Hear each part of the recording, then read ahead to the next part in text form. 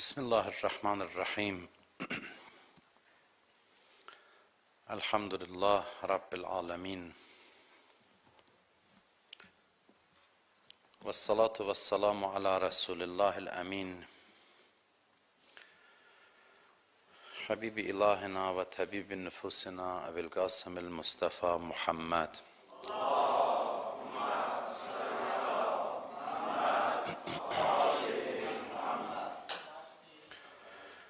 Ve ala ehli beytihi tayyibine tahirinel masuminel mükerremin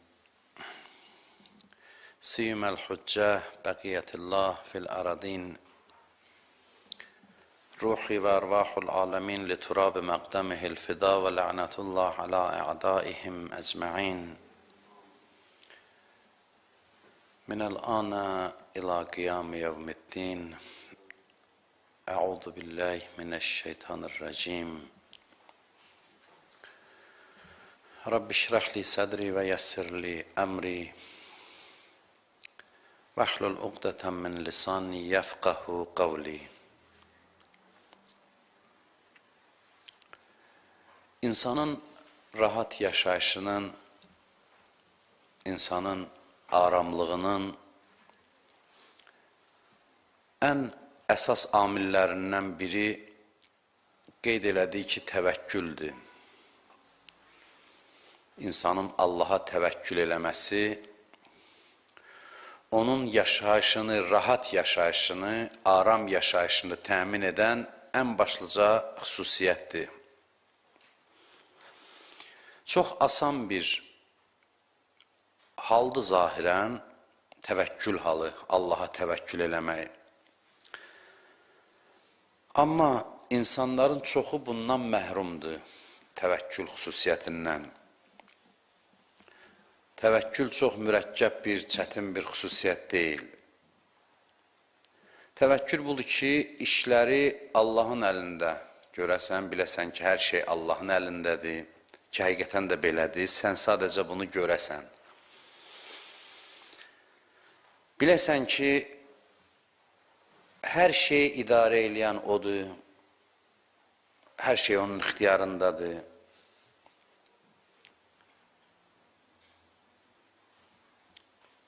Bu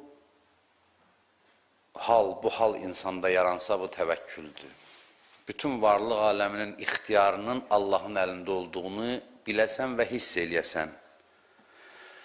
Amma nə qədər izah edirsən, nə qədər danışırsan, nə özvə, nə başqasını anlada bilmirsən. Biz o təvəkkül hissinə sahib ola bilmirik. Təvəkkül halına sahib ola bilmirik. İnsan özünü, ətrafdakiləri, Allahdan qeyri hər şeyi təsirsiz bilsin gərək təvəkkül halının yaranması üçün. Allahdan başqa heç şeyə təsir etmir. Bunu tam dərinliklə başa düşsün.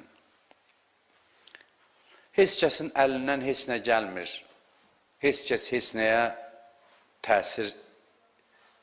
təsirə sahib deyil, heç nə üzərində.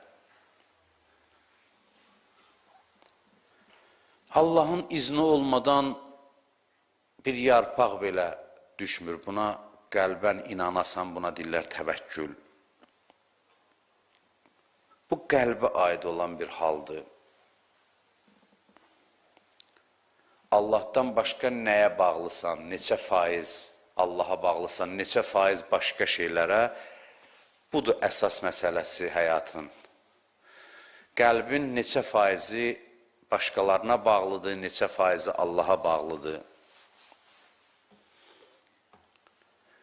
Təvəkkül halının müsbət təsirləri nədən ibarətdir? Adamda təvəkkül yaranarsa, insanın ruzusu çoxalar.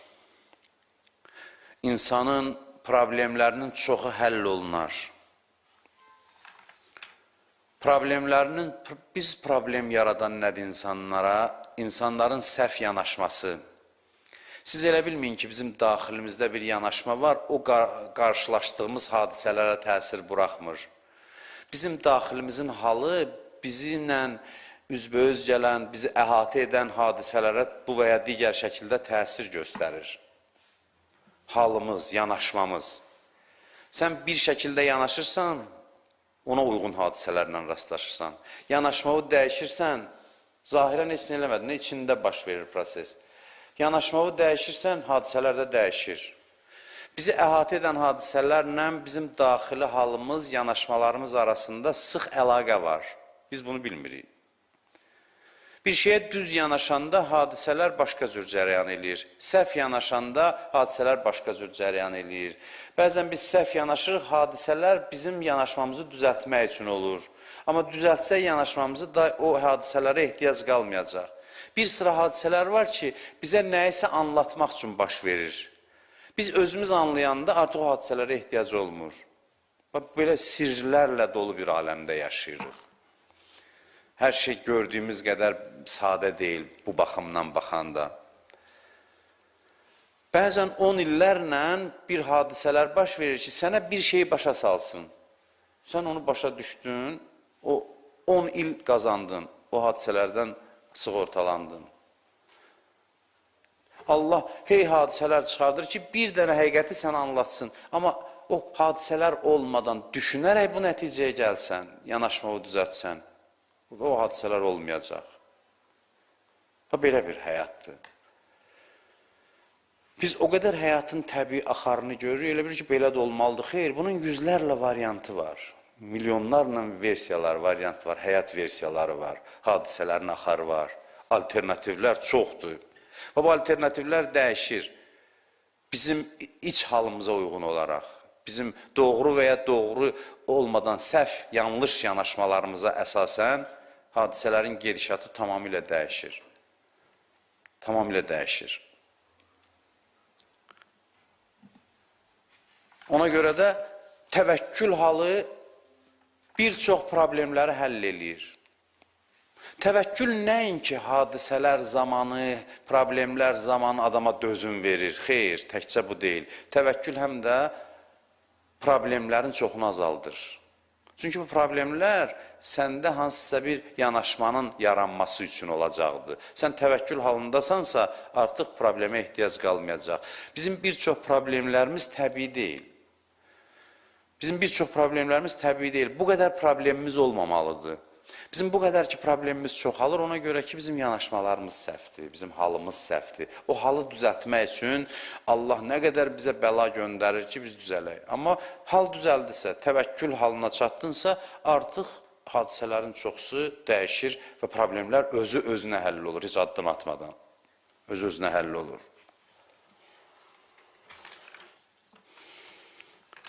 Demirəm, təvəkkül eləyən insanın həyatında problem olmur. Əlbəttə ki, insan varsa problem var. İnsan varsa çətinlik var dünyada. Bu qaçılmazdır. Sadəcə olaraq problemdən problemə fərq var. Problem var, qan qaraldan problemdir. Adamın qanını qaraldır, gününü acı eləyir. Bəzi problemlər də var ki, əksinə şad eləyir. Təvəkkül halında olan insanların bir çox problemləri həll olur. Yerdə qalan problemləri isə onun qanını qaraltmır. O, yaxşı əhval-ruhiyyədə olur problemə yanaşmada.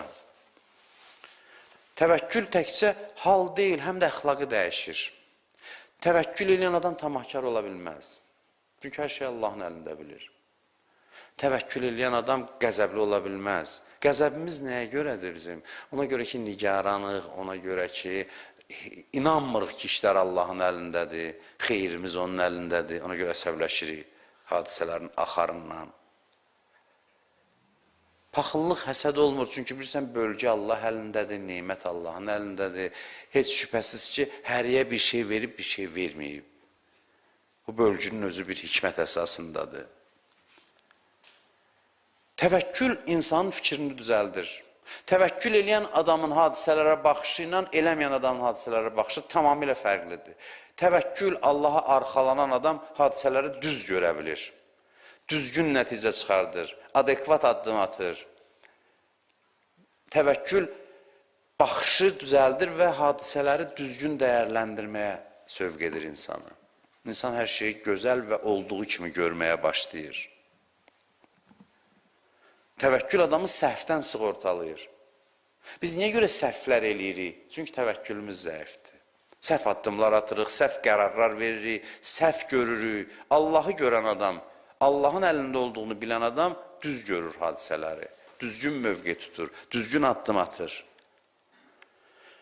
Mən deyərdim ki, mən oxuyuram da bu kitabları, əxlaq, mənəviyyat mövzusunda mütaliə edirik. Mən deyərdim ki, bəlkə də təvəkkül ən ali insani xüsusiyyətdir. Bəlkə də, belə demək olar. Ən üstün insanın sahib ola biləcəyi ən üstün xüsusiyyətdir, ən uca məqamdır. Təvəkkül budur ki, qüdrətlərə aldanmayasan, bir qüdrətdən başqa heç bir qüdrətə arxalanmayasan, heç kimə və heç nəyə söykənməyəsən və insan sadə hesablamalarla bu nəticəyə gələ bilər ki, qüdrət onun əlindədir. Heç nə onun qüdrətinə mane ola bilməz. Allaha inanmaq asandır. Allah var. Bu çox asan inancdır, bilirsiniz. Allahın varlığına inanmaq çətin deyil. Bu fitrətən insanın içində olan bir, mayasına qoyulmuş bir inamdır. İnsanın mayası inamla yoğrulub. Allaha inanmaq qədər asan bir şey deyil. Kimlərsə indi bugün ateizm oyunbazlığını eləyirsə bir qisminə aid edirəm. İndi anlamayan adamlar çox azdır. İnanmayın valla. İnsan varsa Allaha inanır. Nə üçünsə buna sərf eləyir ki, inkar eləsin. Bir daha deyirəm. Nəsə sərf eləyir, sərfəlidir deyə inkar eləyir. Bir çox psixoloji səbəblər çıxır ateizmin altından. Ateistlərin psixoloji durumunu araşdırsaq görərik ki, bilirsiniz, bəzi işləri bacarmır. Bilir ki, bunu eləmək lazımdır, belə olmaq lazımdır. Bilir, belə olmaq lazımdır. Amma onu eləyə bilmir, onda neynir? Deyə bilmir ki, eləyə bilmirəm.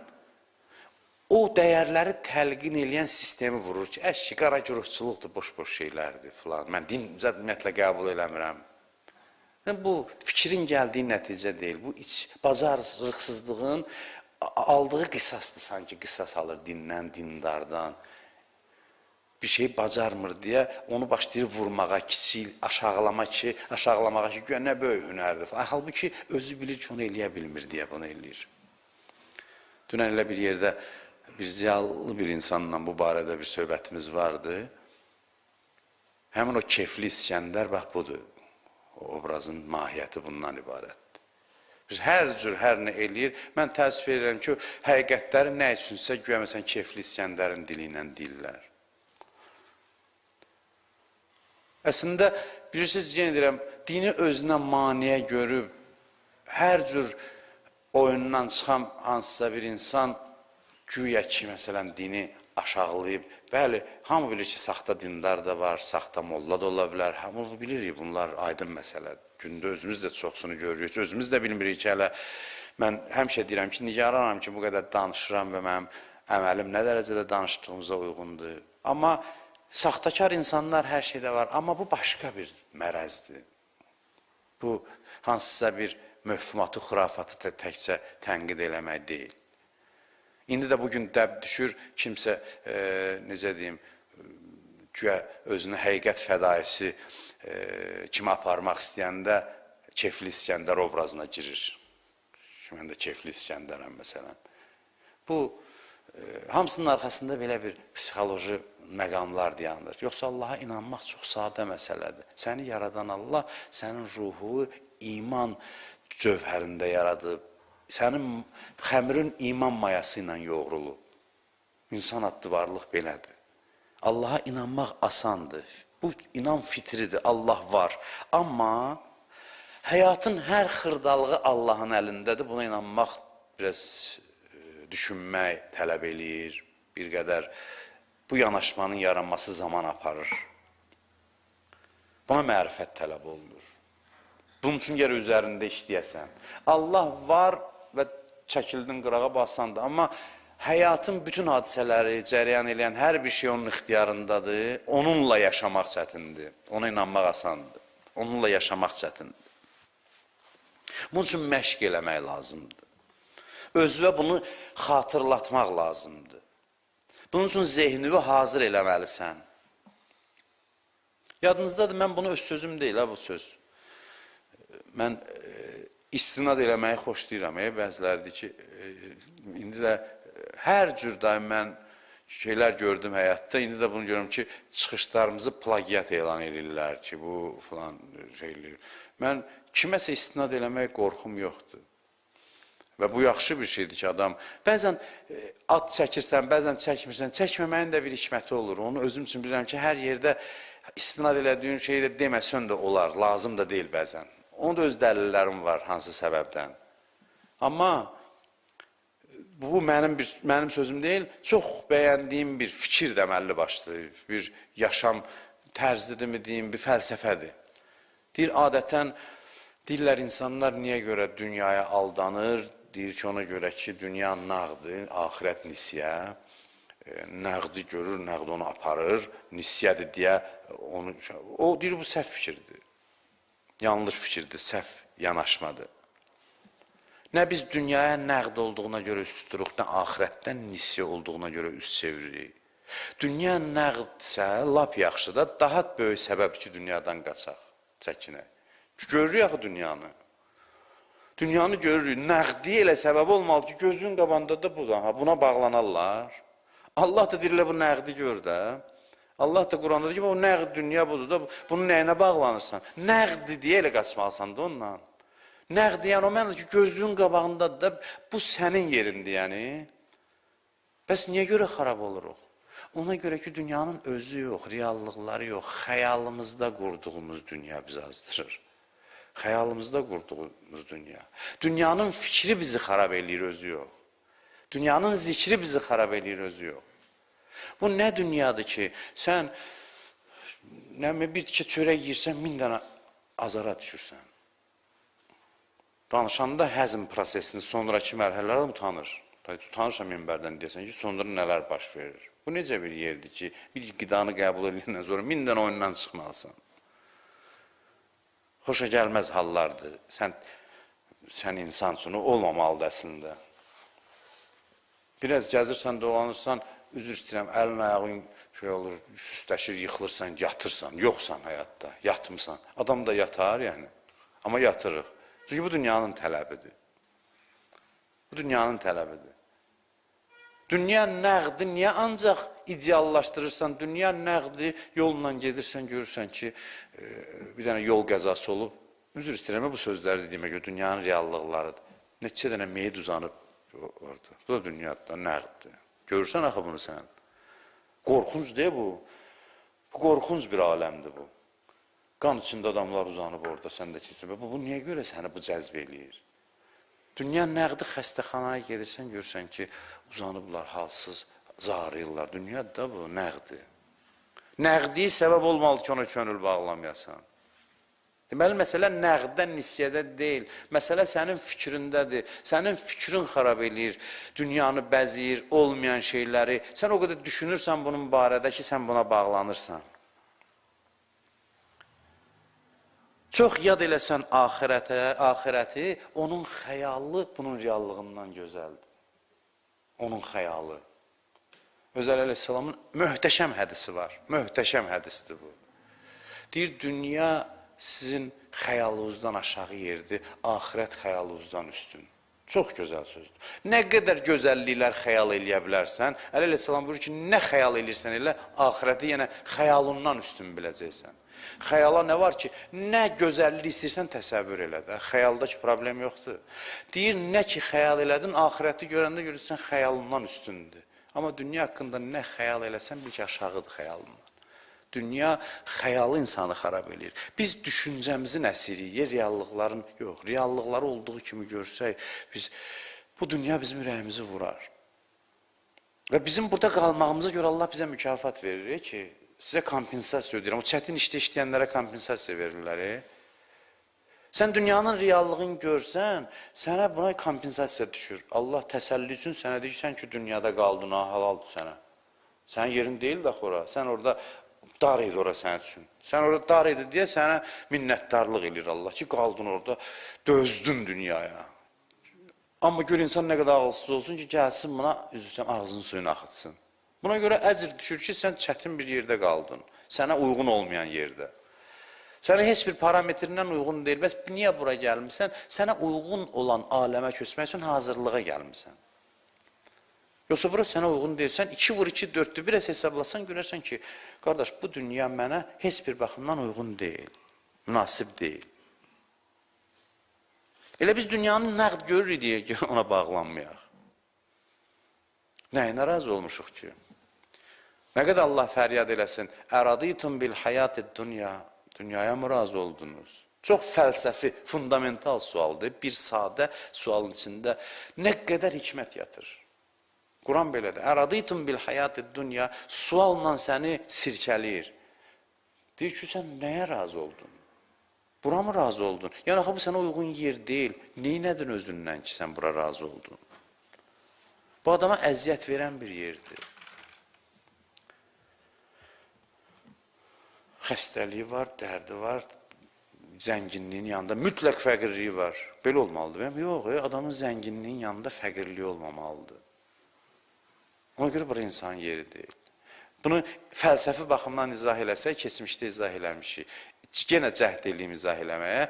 Deyirlər ki, varlıq tənəzzül yolu ilə yaranır axı. Göydən enirdə tənəzzül, mərtəbə düşür varlıq. Düşdükcə varlıqlar yaranır, müxtəlif şeylər vücuda gəlir. Gəlir çatır yoxluğa. Yoxluğa dayanır da, yoxluqdan sonra nəsə var ola bilməz axı. Yoxluğun sərhəddində dayanır. O bizim qərar tutduğumuz dünya yoxluqla varlığın sərhəddində dayanır. Bundan sonra artıq yoxluq gəlir.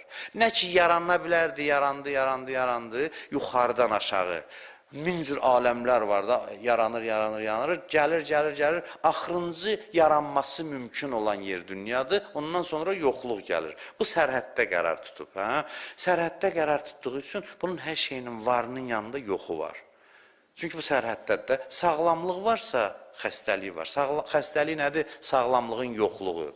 Zənginlik varsa fəqirlik var. Zənginliyin yoxluğu. Çünki bu iç-içədə yoxluqla sərhəddə dayanıb. Hər şey. Ondan sonra biz əslində amma buranın adamı deyilik. Biz təzdən qalxacaq o aləmə ki, yoxluqdan o qədər uzaqlaşacaq ki, bizim var olanlarımıza yoxluq yol tapmayacaq. Bu da bunun bir qədər fəlsəfi izahıdır. Dərs mövzusudur, amma mən indi xütbə qəlbində istədim bunu izah eləyim. Biz o aləm üçün xəlq olunmuşuq, o aləm üçün yaranmışıq. Ahirətin tərifi bəsdir ki, bu dünyadan qopasan. Allah hərdən deyir, yapışdı deyə yerə qaldı, belə danışır Quranda. Yapışıb qalmaqdır bu. Yapışıb qalmaqdır. Dünya ona görə bizim yanımızda əziz olur ki, biz onu çox yad eləyirik. Ahirət ona görə əziz deyil ki, biz onu düşünmürük, fikirləşmirik. Bunları niyə görə dedim? Ona görə dedim ki, biz zehnimizdə çox şey həll edirik. Təvəkküldə gərək zehnində həll olunsun, düşünülsün, beynində həll olunsun. Ümumiyyətlə, məharət var da, insanın dindarlığı da bir sıra məharətlərdən asılıdır. Sürücülük məharəti yoxdur, hərbiçilik məharəti yoxdur, dindarlıq məharəti də var. Təkcə etiqad deyil, din, yolunu tapasan gərək. Görsən adam, məsələn, bir cərrahdır, illərlə artıq o bıçaqla işləməyin məharəti yaranıb. O məharət də onu profesional, o öz peşəsində onu üstün eləyən. Dindarlıq da belədir. Təkcə inanmaq, nəyisə qəbul etmək deyil. Dindarlığın bir məharətini gərək formalaşdırasan. Dindarlıq məharət tələb eləyir. Məşq eləmək lazımdır. Aktyorlarda məharət nədir? İstənilən hala daxil ola bilir. Qəmli hala düşür, şad hala düşür. Bu halı özündə yarada bilir. Dindarlığın da belə bir halı var. Ona görə daxil olmaq məharətini özündə yaradasan. Mənəviyyatın halı var. O hala daxil olmaq üçün gərək düşünəsən, daşınasan, təvəkkül hissinə daxil olasan. Məsələn, bəndəlik hissinin məşqi nədir? Namazdır. Namazda ki, deyərsən Allah-u Əkbər, yəni mən nə həkiməm, nə müəlliməm, nə iş adamıyam, nə atayam, nə anayam, mən bəndəyəm hal-hazırda. Deyir, at qırağa hər şeyi, məşq elə bəndəlik halına daxil ol namazla. Bu bir növ məşqdir. Rütbələri kənara qoy, ictimai mövqeyi kənara qoy. Bu anda sən nə xəstəsən, nə zənginsən, nə fəqirsən, sən bəndəsən. Mən öz vücudu kimliyimə daxil oldum namazla. mən bəndəyəm. Necə ki, həcdə, ehrama daxil olanda ləbbeyk, yəni ki, hər şey, bütün rütbələrdən çıxdım, bəndə rütbəsindəyəm. Ekzistensiyanal bu anlamda ya, yəni vücudi, həqiqi mənasında deyirəm.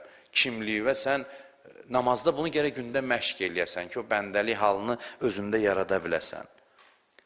Və mənəvi məharətin ən başlıcası fikir idarə eləməkdir. Fikrimizi idarə eləyə bilsək, mən deyərəm ki, işimizin 80% düzəlir.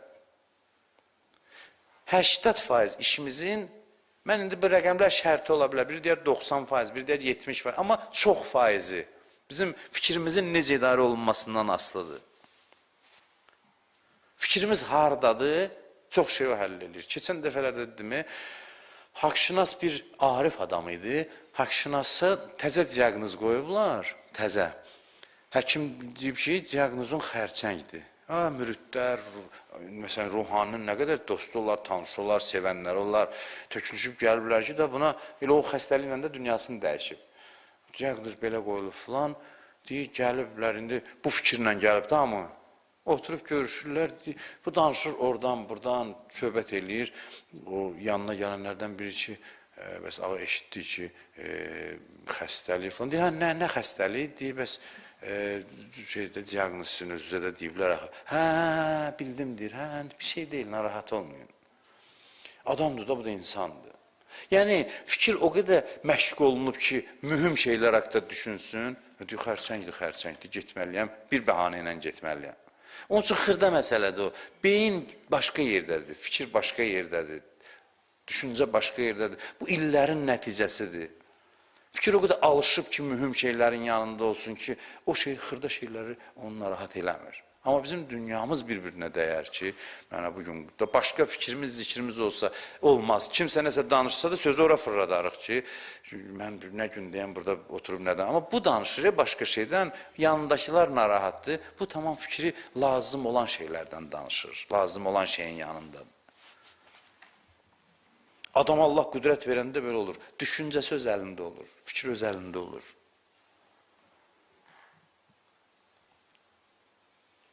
Arif kimə deyirlər? Arif bir mənada da fikrinə hakim olan adamdır, bir mənada. Və fikir lazım olan şeylərin yanında olan adamdır. Fikir çox önəmli məsələdir, fikrin harda olması. Niyə görə bizə deyirlər, çox musiqiyə qulaq asmayın? Hərdən gənclər bəzən elə bilir ki, məsələn, din bunların qənimidir. Mən bunu çox danışmışam, qayıtmaq istəmirəm, çox vaxt almaq istəmirəm. Musiqini vurmur, din ləzzət qənimi deyil. Keçən dəfələrdə demişdim, bir alim deyirdi ki, niyə dində də ləzzətlər var? Bu sözdən elə zəhləm gedir, lazım gəlir. Necə yəni? Dünyada ləzzətin dindən başqa bir tərəfdarı varmı? Din bir baxışdan baxanda gecə-gündüz dərdən qabıqdan çıxır bu din ki, sən ləzzətli yaşayasan. Nələrsə qadağan edir ona görə ki, ləzzəti azaldır, nəyəsə vacib buyurur ona görə. Dinin bir baxımdan da götürəndə hədəfi bundan ibarətdir ki, sən maksimum ləzzət alasan. Maksimum ləzzət alasan. İndi din gəlir hərdən deyir ki, musiqiyə çox aludə olma. Səthi baxan adam, indi din daha yaşamayaq. Deyir, yaşa.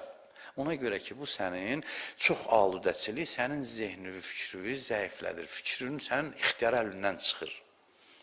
Əlindən çıxanda da fikrin pərakəndə olur, istiraba səbəb olur.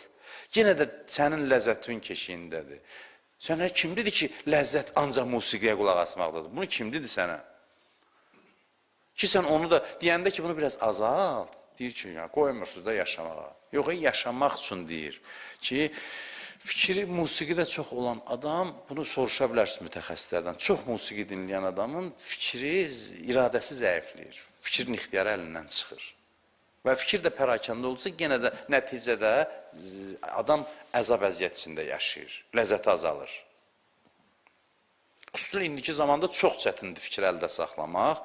Sosial şəbəkələr, hətta mən deyərdim ki, vəzifədir sosial şəbəkələrdə iştirak eləmək, yazmaq, mütləq vacibdir. Vacibdir ki, insan hansısa bir dəyərləri çatdırsın, ora tribunadır, insanlar fikrini deyir, haqq sözlər, düz sözlər, hamıya bir vəzifə sayıram bunu. O öz yerində, amma onun da aludəçiliyi, yəni biz indi elə yaşayırıq ki, qruplardayıq, özümü deyirəm, elə mən hələ ki, ağıllısı mənəm. Nə qədər qruplarda, nə qədər şeydə bir məlumat gəlir, o biri gedir. Bunlar hamısı zehnin, fikrin qənimidir, düşmənidir. İmtina eləməyin də tərəfdarı deyiləm, yenə deyirəm. Amma tənzimləmək lazımdır necəsə. Vaxt ayırmaq lazımdır, hansısa şəkildə bunu idarə eləmək lazımdır. Çünki ən pis şey bir sünnədir. Fikir bu istiqamətə gedir, gəlir, başqa istiqamətə gedir. O ki, fikir tez-tez gedir fərqli istiqamətlərə. Bundan böyük bir zərbə yoxdur insanın düşüncəsinə, iradəsinə. Çox ciddi zərbə vurur. Nə düşünəcəm, onun proqramı olmalıdır. Fikrin düzgün idarə olunması. Və təfəkkür düşüncədə doğa bilər. Təvəkkül xüsusiyyəti. Təvəkkül budur ki, gerək onun üzərində xeyli düşünəsən. Hər gün düşünəsən ki, qüdrət onun əlindədir. Oyunun içindəyəm mən. Oyunun içindəyəm. Çox şeylər oyundur. Elə bil ki, bir pullu ata, olur belə şeylər. Oğlunu bir işə düzəldir. O birilərə deyir ki, siz elə bunu bir tər burada gəzsin, fırlansın. Nəsə başını qatın, maaşını mən verəcəm deməyin. Ayın axırında maaşını mən verəcəm bunu. Bu da gedir, elə bir şey ciddidir. Hamı da bunun üçün neysə eləyir, filan eləyir. Axırda sən filan elədin, qazanır. Bu da inanır ki, budur bunu eləyən. Özü də buna inanır. İnanın ki, biz beləyik. Eyni ilə belədir bizim vəziyyətimiz. Heç nə əlimizdə deyil, bizə deyilə biz fırlan orada, burada güya işləyirsən, mən Allah deyir, ruzu verim. Güya nəsə eləyirsən sən. Güya nəsə eləyirəm, bunu başa düşmək lazım. Güya nəsə eləyirəm. Aldanma ki, doğrudan da nəsə eləyirsən. O necə ata o pulu getirir, onu da getirir sənin üçün aylıq hesab ayırıb qoyub orada. Deyib, səndən istəyirəm ki, get işdə də özü işçi kimi apar. Get kimlə sənəsə müqavilə imzala filan. Maraqlısı da budur ki, deyib, bunu dəqiq eləyə amma.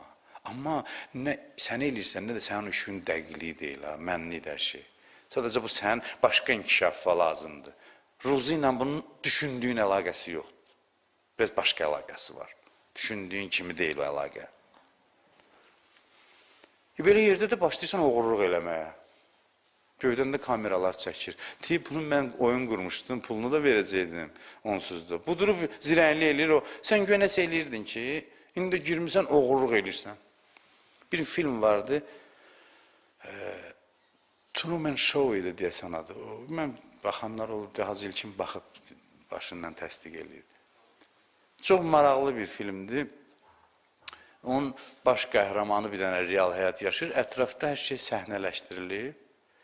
Məsələn, adı gedir yanacaq doldurmaya, orada da aktyorlardır. Bütün şey səhnələşdirilib. Bu elə bir real həyat yaşayır, amma hər şey səhnələşdirilib.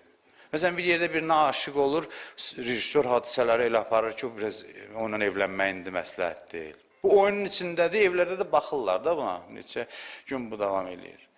Bu oyunun içindədir.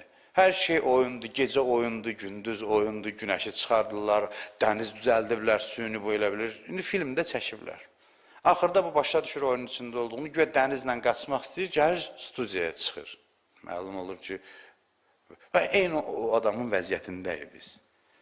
Hər birimiz belə təsəvvür eləyək. Təkcə özü bilmir ki, oyunun içindədir, hamı bilir. Göylərdən də baxırlar, deyirlər, oyun deyə qurmuşuq bunun üçün. Oyun da hal-hazırda. Hal-hazırda bu səhnədir. Burada oturan bir dənə qəhrəman var, o sənsən. Qalanları səhnələşdirir. Hər biriniz belə düşünə bilərsiniz. Bu məscid məclisi mənim üçün tərtib olunub. Mənəm burada real, qalanlarım elə bil ki, aktyorlardır. Hər birimiz də belə təsəvvür eləsək, düz təsəvvür eləmişik. Həqiqət də belədir. Hamının həyatı belədir. Və mənim xütbə oxumağım sənin üçün bir oyundur. Sənin üçün tərtib olunur ki, mənə deyiblər ki, xütbə oxu görək, bu neynəcək? Mən öz baxımından baxanda, mənim xütbə oxumağım, necə deyim sizə, bir işdə əsas, siz mənim üçün yığışmışsınız, görək, məsələn, cəmaatın burada çox olmağı, az olmağı sənin neynəyəcək, necə təsir edəcək, hər kəs belə düşünsün. Baş qəhrəmanı həyatımızın özümüzü. Və bir dənə də rejissor var, Allahdır. Hamı düşünsün ki, diqqət mərkəzində şəxsən mənəm. Başqalar deyil. Hamının içində deyiləm, mən. Diqqət mənə yönəlib və hər şeydə səhnələşdirilib mənim üçün. Hər bir şey. Belə düşünsün. Hesab elə hamı rol oynayır, əsas sənsən. Kimsə sənə əziyyət verməlidir, Allahı gördün ki, bu təzə səhnədir də, burada mənə əziyyət verməlidirlər. Əsas da bundadır ki, Allah reaksiyalarımıza diqqət edir ki, görün burada nə reaksiya verəcək. Sonra səhnə əvəz olur, burada nə reaksiya verəcək, burada nə reaksiya verəcək. Hey, belə səni idarə edir. Böyük bir hadisə sənin üçündür. Bax, Qarabağ müharibəsi var da. Bax, o Qarabağ müharibəsi hər bir insan fikirləşə bilər ki, tək məsələ mənim üçün idi.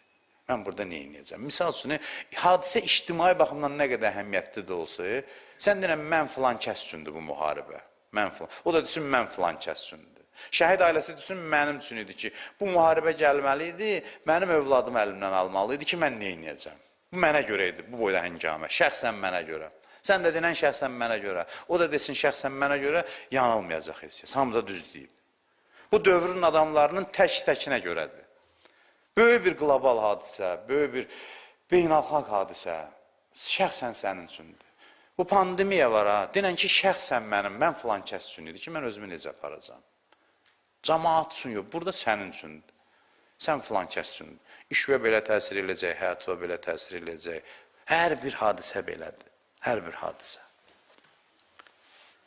Düşünsün insan gərək ki, təvəkkül xüsusiyyət onda yaransın. Məşqlə olur, heç nə və heç kəs ciddi deyil, ciddi olan başqa şeylərdir. Biri gəlib səni əsəbləşdirir, deyən oyundur, səhnədir, növbəti səhnə. Mənə burada əsəbləşdirən, elə bil ki, səhnələşdiriblər də onu. Burada bir dənə fərq bundadır ki, aktyorlar kimisə əsəbləşdirəndə məsuliyyət daşımır, rol oynayır. Amma buradakılar əsəbləşdirəndə ayrıca hesab kitabı var. Fərq bir dənə. Amma sənə dəxli deyildi o. O düz eləyir, səhv eləyir, yox. Biri səni əsəbləşdirirsə, deyən ki, bu səhnənin indi mənası mənim əsəbləşib-əsəbləşməməyimdir. Rejissor qrup bunu. O zaten rejissor da Allah. Bildim nə eləmək istəyirsən. Biri gəlir sənə və sənə xoş sözlər deyir. Deyən ki, bu növbəti səhnədir. Demişdim, sizə bir nəfər alim deyir, bir dəfə mən bədbəxt deyir, danışdım. Ürəyimdən keçdi, yaxşı danışdım bugün. Öz sözüm özümün xoşuna gəldi. Olur da adam da belə. Deyirsən, bugün yaxşı çıxdı çıxışım. Bir peşman oldum. Xütbənin, indi mesajlar var, cəmaatın söymək işi asanlaşıb. O vaxt məktubla söyürdülər, yazıb söyürdülər. İndi mesajla, sosial şəbəkələr maşallah var, da elə sözlərini orada. Bu deyir, düşdüm elə düşən kimi məktub verirlər, açdım, gördüm, nə ki söyüş mümkündür, söyüb mənə, dedim, hə, oradakı özündən razı olun, Allah bir dənə səhnə çıxartdı, yəni ki, yervi bil də, həddi aşma.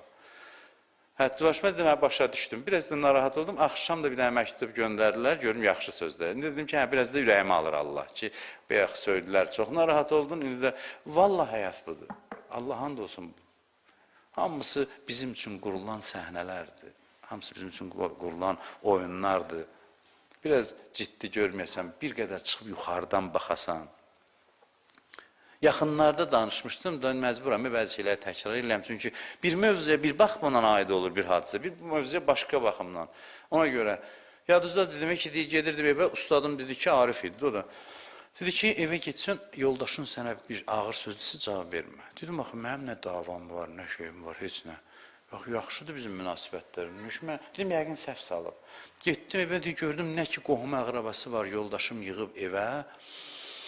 Nə bilim, nədən inciyib, neyiniyib, yığılıblar, cəngə gəliblər də müharibə yeməklə. Nələr deyir, mənə dedilər, ağzından çıxan sözləri deyir. Başqa vaxt olsa deyir, atasını yandırardım. Ustadın sözü yadıma düşdü ki, dedi ona cavab vermədim, danışdılar. Hadisə 15-20 dəqiqə çöndü mənim xeyrimə. Gördüm ki, hər şey, elə bil hamısı peşman oldu ki, nə dəli olmuşduq biz, nə olmuşdu, niyə belə oldu filan. Gördüm ki, indi orada ustad var, ustad olmasın, hamı Allahı nəzərdə tut. Ki, bu dənə səhnə idi ki, sən burada düşməliydin bu səhnəyə görə özünü necə aparacaqsan? Niyə səhnənin içinə girirsən? Onun mesajını al ki, o səndən nə istəyir? Keçdin, əsas budur ki, bu səhnədən keçdin, əvəz olunacaq, növbəti səhnə gələcək. Çox da girmə bu hadisələrin içinə. Bunlar hamısı qurulmuş səhnələrdir, ssenaridir bir sənin üçün tərtib olunub. Qərar veriblər, rejissor qərar verib. Kim orada təqsirkardır, kim deyil, onun sənin nə dəxli var? Hətta ola bilər ki, biri səni təhqir eləyə, cavabını da verəsən. Mən demirəm, hər yerdə başını aşağı salasan. Yerdə var, ağıl hökm eləyir ki, buna cavab vermək lazım. Amma bil ki, ağlın hökmü ilə hərəkət elə. Bil ki, burada mən bunu eləməliyəm deyə eləyirəm. Nəinki çıxdım özümdən. Yox, haradasa da lazımdırsa, eləmək lazımdır deyə eləyirəm. Məsələ bundadır. Yanaşma belə olmalıdır. Hər kəsə bir neymət verilibsə, onun üçündür ki, bu səhnədə görək rolunu necə, varlı rolunu necə oynayacaq. Bir müddət işsizdir, saxlayır, görsün ki, fəqir rolunu necə oynayır. Sonra iş verir. Biz amma girişir, mənə bir dənə iş tapın, mən öldüm filan, axtar tapanma ki, deyilən ki, bu işsizliyin bir mesajı var ki, bu işsizlik mühitində necəyəm? Bu yazıldı sənə. İşsizlik imtahanından belə çıxdı. İndi ki, çıxdı bundan, iş verin buna. İş gəldilər, gözəl bir iş. İndi zənginlik imtahanıdır. İndi bu roldadır. Görək bunu necə oynayacaq. Amma sən hadisəyə girsən, hadisənin arxasında səndən tələb olunan adekvatlıqdır. Hər bir hadisəyə adekvat mövqe tutmaq, reaksiya bildirməkdir. Əsas önəmli məsələ budur. Təvəkkül imanın əslidir. Təvəkkül Allaha diqqət kəsilməkdir. Hər səhnədə onu görməkdir. Bəli, bu səhnələrə sənin də təsirin var. Amma tərtib eləyən odur, sən yox. Sənin hansı hərəkətin səbəb olur ki, o bu səhnəni tərtib eləsin. Amma yenə də tərtib eləyən odur. O eləyir. Amma sənin də təsirin var gedişatına. Bir cür davranırsan, bir dənə səhnə çıxır. Başqa cür davranırsan, başqa cür səhnə çıxır. O tərtib eləyir. Sənin davranışın onun qərarlarına təsir eləyir. Allahla iş görürük. Və keçən dəfə dedim, bunun çətinliyi nədədir? O qədər vasitələr yayındırır adamı ki, o qədər elə görsənir ki, sənin dəqiqliyin səbəb oldu nəticəyə ki, sən başlayırsan vasitələri bütə çevirməyə. Problem bundadır, problem keçən dəfə dedim. Kəş deyərdi ki, otur evində mənə təvəkkül elə, onda asan olardı. Təvəkkül elə gətirib ruzu verəcəklər. Amma indi nə deyir? Deyir, get. Çalış, mənə təvəkkül elə. Ne üçün burada problem olur? Çünki çalışmağın gəlir bütə çevrilir. Başlayırsan çalışmağı əsas tutmağa. Onda sənin ruhu müvazinətin pozulur. Belə yaşasan, əziyyət çəkməyəcəksən. Sözümü tamamlayıram. Son vaxtlar elə bir ki, söhbətimiz biraz sizin dualarınızdan qısalır. İnşallah keçən dəfə 45 dəqiqə düşmüşdü. Yavaş-yavaş azaldarıq ki, baş ağrı çox verməyək. Yəni, insan hədislərdə var ki, təvəkkül halında yaşasa, lap indi bitirmirəm, amma yavaş-yavaş durmayaq, 10 dəqiqə əziyyət verəcəm. Deyir ki, hədis buyurur ki, təvəkkülle yaşayan əziyyət çəkmir. Əziyyət çəkmir. Bu adamın nə əziyyəti qalır? Bu adamın bir dənə əziyyəti qalır, məhəbbətin əziyyəti. Fikri məşğuldur bir nəfərə ona və oynandı. Ancaq onun eşqinin, o əziyyətində adı əziyyətdir. O əziyyətdir ki, qəzəl yaradır, Füzulini çıxardır ortaya, Nizamini çıxardır ortaya, eşq, şövq, ləzzət, ləzzətlə qarışıq əziyyətdir. İnsana bir dənə bu əziyyət rəvadır. Başqa yox. Bəli, bütün əziyyətlərdən azad ol. Eşqin əziyyətinə nə var ki? Eşqin əziyyəti əziyyətdir ki. Eşqin əziyyəti də Məcnunu divan eləyib, salıb çöllərə. Hamı doymur, şeir yazır, qəzəl yazır, nə yazır. Bunun harası əziyyətdir, harası ləzzətdir, bilmək olmur. Dünya ki, adamı qəmləndirmədi. Təvəkkül eləyənin bir qəmi var, o da Allahla eşqin, münacatın qəmidir ki, onun adını niyə qəm qoyubla bilmirəm, amma indi qəm deyirlər də adına. O başdan ayağa ləzzətdir, məstlidir, gözəllikdir. Qalan şeylər roldur. Ata rolundasan görə necə atasan, ana rolunda necə anadır, övlad rolunda olan necə övladdır. Bunlar rollarımdır ki, mən necə ata olacam, necə ana olacam. Bunlar roldur, bunun içinə girmə, bunu düzgün icra elə sadəcə. Düzgün icra elə və ona bağlan. Və qəbirdə insan bunu başa düşür. Qəbirdə insan bunu başa düşür ki, mən indi bütün o rollar qalıb arxada, sən qalmısan ki, mən həqiqətim budur. Real olan mən imişəm. Qalan şeylər səhnələr imiş. Orada da deyir, insan istirab çəkəndə bir dənə də rəhmətindən müjdə verim də. Deyir ki, əl bağlı adam vurmaq namərdliyi də elə deyil.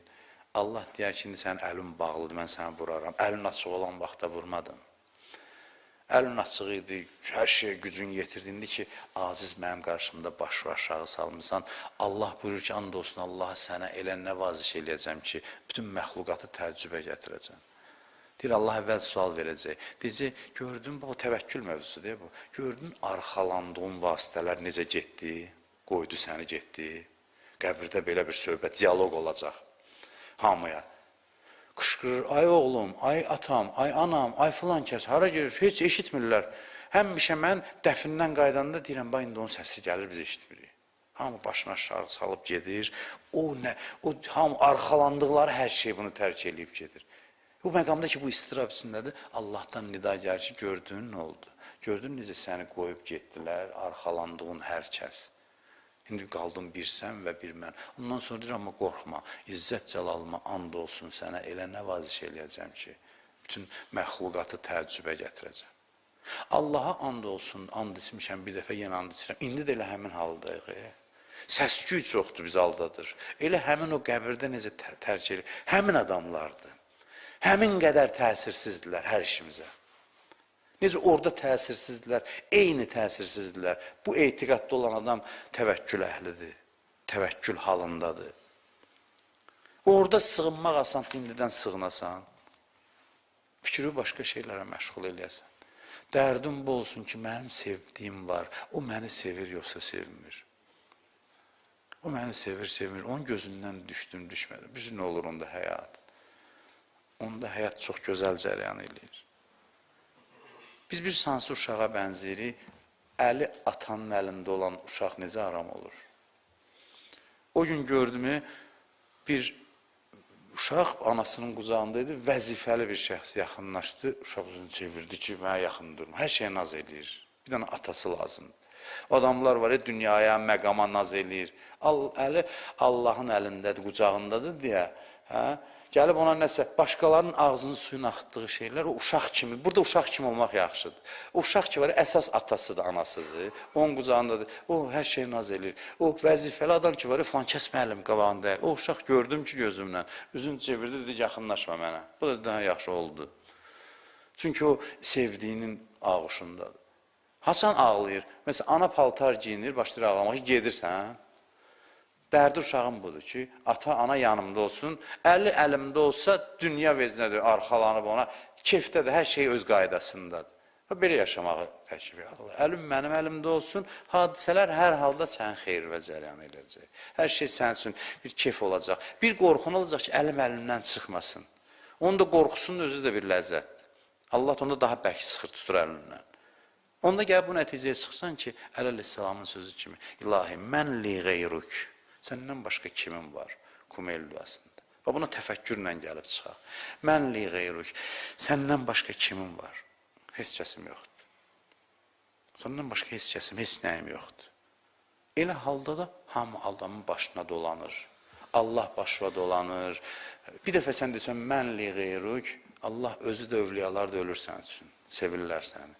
Deyir, İmam Rızanı neçə dəfə göndərdi, neçə dəfə ziyarətinə getmişdim, mənə məzara qoyanda Şeyx Əbdülkərim Hayri deyir, hər dəfəsinin əvəzində bir dəfə gəldi, mənə ziyarət elədi. İmam, Peyğəmbər, hamısı gəlir sənin başına dolanır. Çünki sən tapmısan, sevdiyi tapmısan və o ilə məşğulsan. Bax, bu təvəkkülün irfani, həqiqi anlamıdır ki, inşallah, ümid edirəm ki, bu sözlər bizə təsir elər və həyatımızda dəyişiklik yaradar. İnşallah, ömür olsa gələn həftə bəhsimizi davam elətdirərik. Allahümmə inna nəsəlükə və nəd'uk bismikəl azimil əzəm, əl-əzzil, əcəllil əkrəm. Və bil Hüseyni ya Allah, ya Allah, ya Allah, ya Allah, ya Allah, ya Allah, ya Allah, ya Allah, ya Allah, ya Allah. İlah, əllərimizi naumid qaytarma. Amin deyən dilləri lal öldürmə. Bağışlamamış bizi bu dünyadan aparma. Şəri olan hacətlərimizi rəva elə. İlahi, izzətin xatirinə izzətimizi əlimizdən alma. Bizi sənə təvəkkül eləyən bəndələrdən qərar ver. Bizi sənə arxalanan bəndələrdən qərar ver. Gələn günlərimizi, keçən günlərimizdən xeyir elə. Aqibətimizi xətmə və xeyr elə. Şəhidlərimizin anım günləridir. Sən and verirəm. Seyyid-i Şühədaya, şəhidlərimiz İmam Hüseyin ağanın yanında bizə duaçı qərar ver. Şəhidlərimizi Kərbəla şəhidləri ilə məşhur elə. Onların ata-anasına, övladlarına, ailələrinə səbir mərhəmət elə. Yaralı əskərlərimizə, qazilərimizə şifa mərhəmət elə. Torpaqlarımızı əldə saxlamağı bizə nəsib elə. bir xalq kimi, millət kimi izzətimizi, gücümüzü, qüdrətimizi əlimizdən alma. Bu xalqdan hər vasitə ilə açıq, aşkar, gizli, hər yolla mübarizə aparanları tezliklə zəlil elə. Onların şərlərini öz başlarına qaytar. Bu xalqı, bu milləti düşmənlərin hər vasitə ilə bu xalqla düşmənçilik edənlərin şərrindən hifz elə. Bizi bundan artıq bir-birimizə mehriban elə. Ömrümüzün axırınacan bizə halal, minnətsiz ruzi mərhəmət elə. İmam Zaman ağanın zuhurunu tez elə. Haqqı Muhammedin və aleyh və bi haqqı surətil mübarəkətil Fatihəti məs-salavat.